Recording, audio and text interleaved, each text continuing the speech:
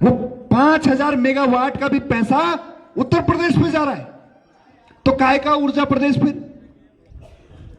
जिस दिन हम नदियों पर पूर्ण स्वामित्व लेंगे, 36,000 मेगावाट की कैपेसिटी है। हमने कैलकुलेट करके देखा तो 2500 करोड़ एक दिन के हाइडल से हम लोग कमा सकते हैं और 1 करोड़ लोगों को सरकारी रोजगार दे सकते हैं। यह कोई हवाई बात नहीं है, इसके लिए रिसर्च हो चुकी है। आप इतने साधन संपन्न, केवल हाइडल से ही अगर इतना रोजगार उत्पन्न हो सकता है तो इसका मतलब क्या है? जो सत्ता में बैठे हुए हैं, न तो उनके पास ध्येय है, न उनके पास विजन है। यदि आप पूछोगे आज भाजपा और कांग्रेस से कि क्या विजन है उत्तराखंड के लिए, तो उनके पास कुछ विजन नहीं है। वो बस ये बोलते हैं कि 5 साल हम चलाएंगे साहब और 5 साल ये चलाएंगे, और इसी तरह से हमारा बंटाधार होता रहा है। यह आखिरी समय है। अगर आपकी आत्मा आपके पहाड़ के लिए, अपने अधिकार के लिए नहीं जागी, तो फिर मत बोलना कि हम बताने नहीं आए थे, फिर हम तुम्हें जगाने नहीं आए थे, ये मत बोलना।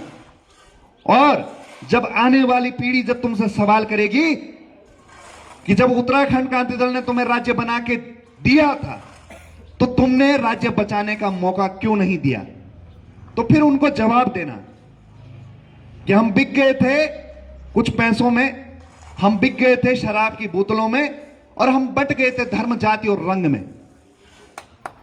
यह जवाब देना आने वाली पीढ़ी को। एक ऐसी देवतुल्य संस्कृति खत्म होने वाली है जिसको असली सनातन कहते हैं। सनातन का केंद्र ही उत्तराखंड है। हम असली सनातनी हैं, पर हमें कोई गोरखपुर कानपुर का संगठन आके बताता है कि हिंदू होने पे गर्व करो। अरे भाई, जब तुम विधर्मियों की गुलामी कर रहे थे, हम तब भी यहां पे सनातन की रक्षा कर रहे। तो हमें यह मत सिखाइए कि हिंदू होने पे गर्व कैसे करें। हम वो पहाड़ी लोग हैं, हम वो पराक्रमी लोग हैं। विषय बोलने के लिए बहुत कुछ है। यह हमारा एक बहुत ही कम समय अंतराल पर हमने सूचना दी थी, उस पर हमारे युवा साथी इकट्ठा हुए हैं। मैं आपका साधुवाद करता हूं, वरिष्ठ राज्य आंदोलनकारियों को प्रणाम करता हूं, और मौजूदा विधायक, मौजूदा मुख्यमंत्री के हम गृह जनपद में हैं, ये उनको भी कहता हूं कि मैं राजनीति करना छोड़ दूंगा। मैं क्या, मेरी 10 पीढ़ी चुनाव नहीं लड़ेगी।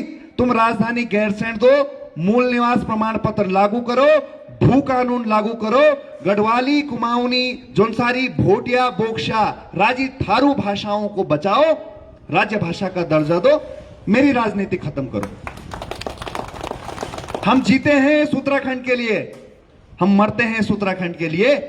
हमारा कोई राजनीति का देह नहीं है। हम चाहते हैं बस ये संस्कृति अमर रहे, ये पहचान, ये टोपी, फतोली, ये नथुली, पिछोड़ी, ये भाषा, ये पूजा पद्धति बची रहे। हमारा केवल इतना ध्येय है। हमारा कोई स्वार्थ का ध्येय नहीं, हम केवल समर्पण वाले लोग हैं।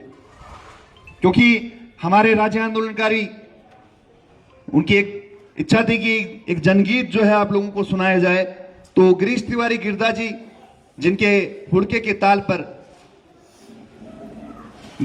उत्तराखंड बना, उनकी कुछ लाइनें हैं।